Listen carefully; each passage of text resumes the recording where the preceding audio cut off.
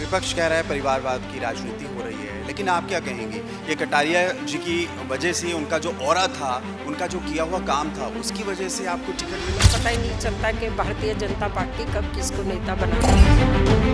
इलाके में ना एक हलचल है, कुमारी सैलजा के लिए खतरा बन चुकी हैं आप, क्योंकि एक मजबूत कैंडिडेट के तौर पर कांग्रेस आपको देख रही है। कांग्रेस के बारे में मैं एक बात ही कहना चाहूंगी, नारा नोमन तेल होगा ना राधा नाची। केजरीवाल जो जेल में गए हैं, इस मौके को भुनाया जा रहा है, इंडिया लेवल पर इस चीज़ को उठाई जा रही है और इसका बेनिफिट आम आदमी पार्टी को होगा।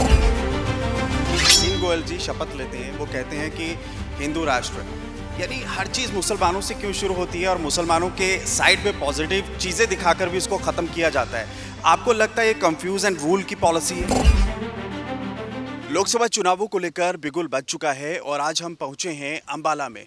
अंबाला की बात की जाए तो रतनलाल कटारिया जी के नाम से ये इलाका जाना जाता है। दिल्ली से दूर 200 किलोमीटर दूर ये इलाका और चीज़ों को लेकर भी ख़ास है।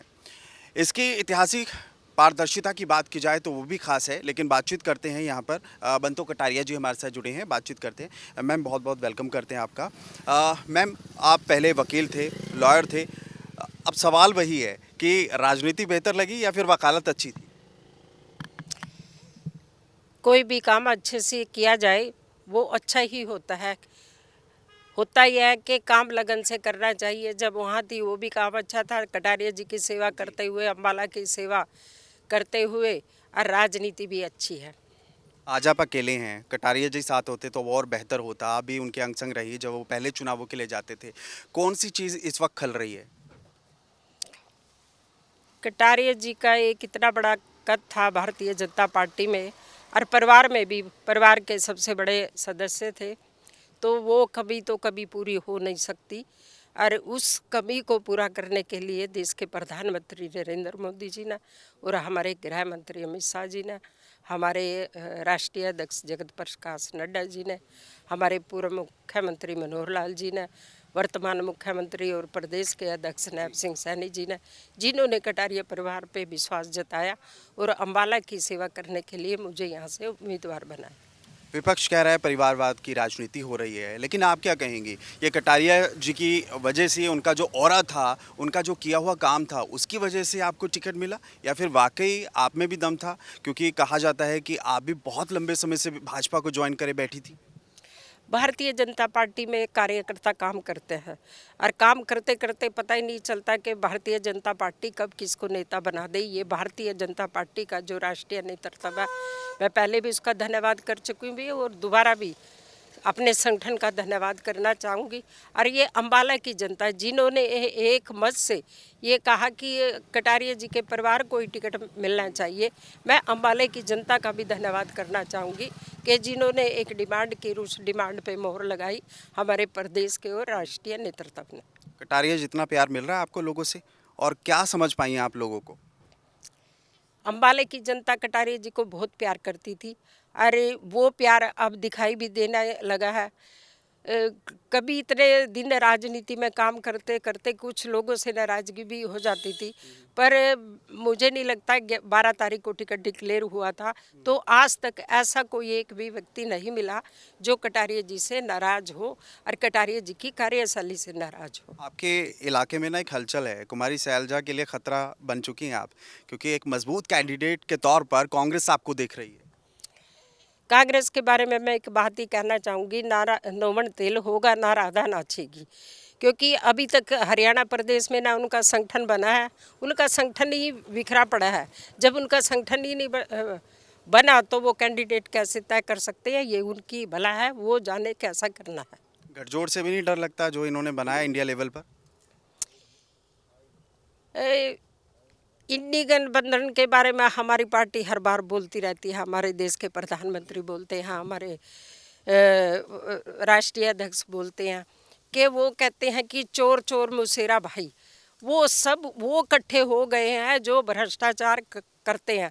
अरे हमारे देश के प्रधानमंत्री ने कहा है ना खाने दूंगा, ना खाऊंगा और ना खाने दूंगा, और जो भ्रष्टाचार करेगा उसको भी मैं कभी भी बख्शूंगा नहीं।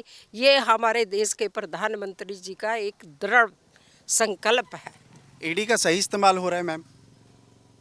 वो एक इंडिपेंडेंट वो है बॉडी, वो अपना काम इंडिपेंडेंट करती है, उसका सरकार से कोई वो नहीं रहता। वो उसके जो गलत काम करेगा वो कभी ना कभी उसके चुंगल में फंसेगा। आप पुराने खिलाड़ी हो राजनीति के, आपको लगता है केजरीवाल जो जेल में गए हैं इस मौके को भुनाया जा रहा है, इंडिया लेवल पर इस चीज़ को उठाई जा रही है और इसका बेनिफिट आम आदमी पार्टी को होगा? मुझे तो ये पता है कि हमारे देश के प्रधानमंत्री नरेंद्र मोदी जी ने और हमारी सरकार हरियाणा प्रदेश ने 10 साल में इतने काम किए हैं कि हमें केजरीवाल के बारे में सोचने का समय ही नहीं मिलता।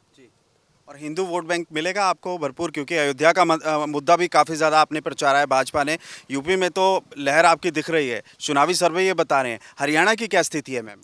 कल हमारे जगाधरी विधानसभा की छछरौली में मुख्यमंत्री जी की रैली थी और उसमें सैकड़ों लोग मुस्लिम आए हुए थे।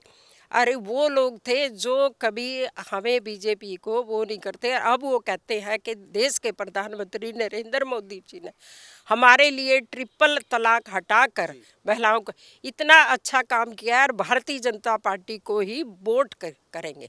एक सवाल पूछूंगा मैं आपसे। असीम गोयल जी शपथ लेते हैं, वो कहते हैं कि हिंदू राष्ट्र, यानी हर चीज़ मुसलमानों से क्यों शुरू होती है और मुसलमानों के साइड में पॉजिटिव चीज़ें दिखाकर भी उसको ख़त्म किया जाता है। आपको लगता है ये कंफ्यूज एंड रूल की पॉलिसी है, एक क्लियरनेस नहीं है राजनीति में? भारतीय जनता पार्टी जात पात की राजनीति नहीं करती है। भारतीय जनता पार्टी सबके लिए काम करती है। भारतीय जनता पार्टी अंत्योदय की राजनीति करती है। हमारे देश के प्रधानमंत्री कहते हैं कि मेरी 4 ही जाति है। जो अंतिम व्यक्ति बैठा है उसको पहली लाइन में कैसे लाया जाए, उस तरह की हमारी योजना बनती है। हम ना ही जात पात की राजनीति करते हैं, ना ही सोचते हैं।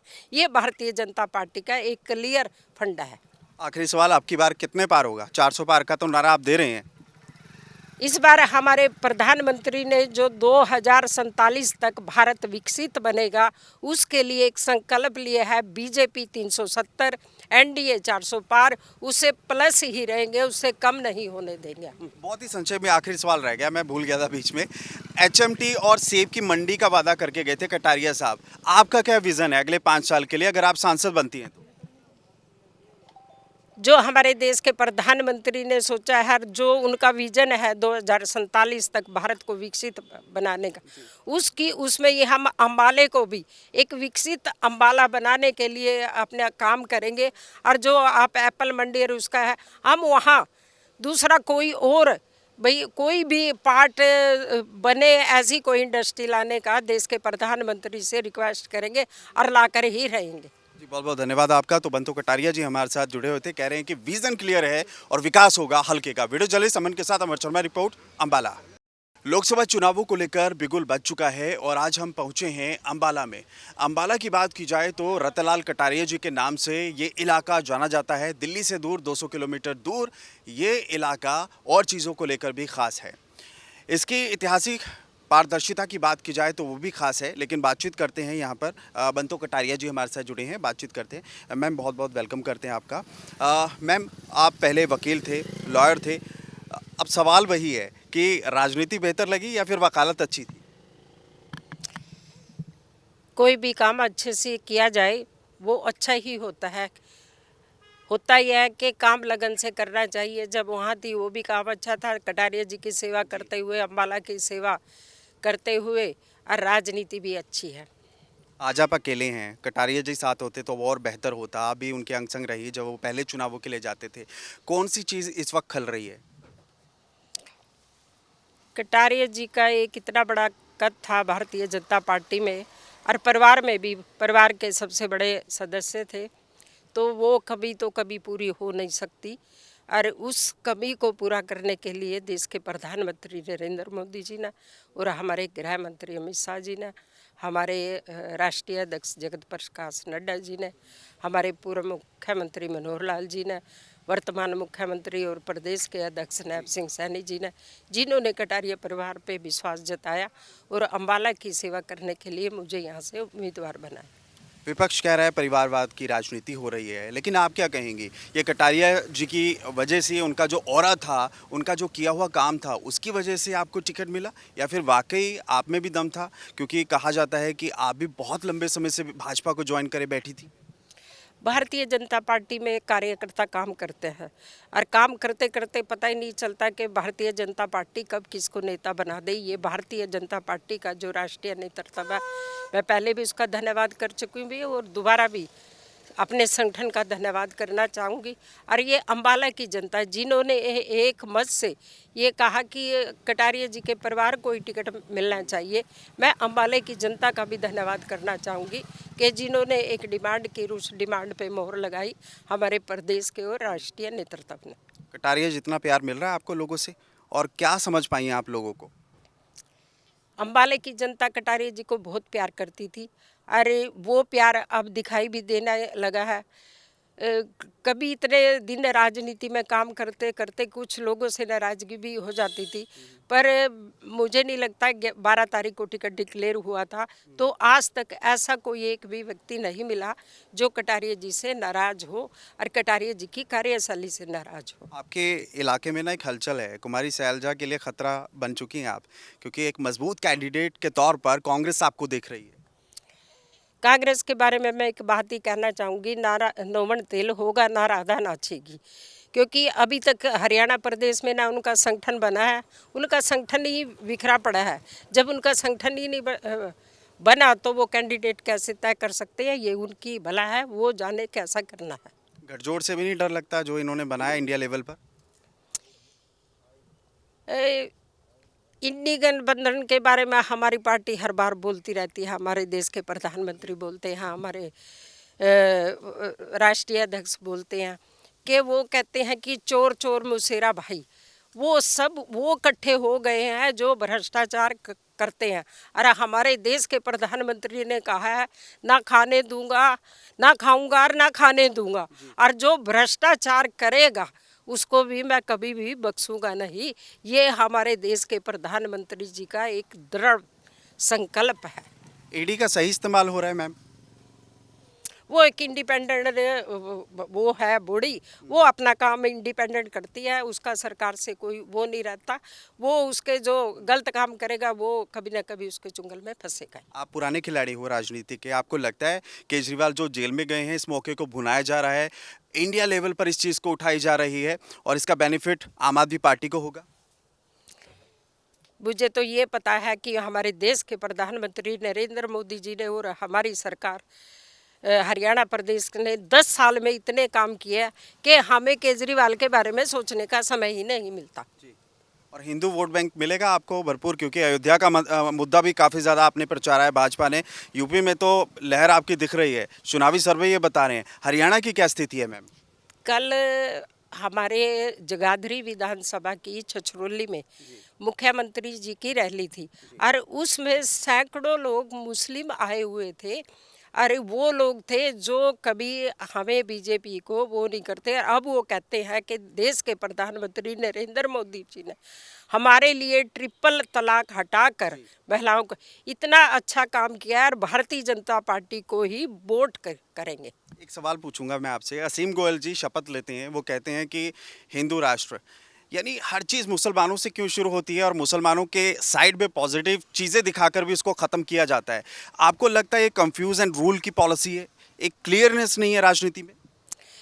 भारतीय जनता पार्टी जात पात की राजनीति नहीं करती है, भारतीय जनता पार्टी सबके लिए काम करती है, भारतीय जनता पार्टी अंत्योदय की राजनीति करती है। हमारे देश के प्रधानमंत्री कहते हैं कि मेरी 4 ही जाति है, जो अंतिम व्यक्ति बैठा है उसको पहली लाइन में कैसे लाया जाए उस तरह की हमारी योजना बनती है।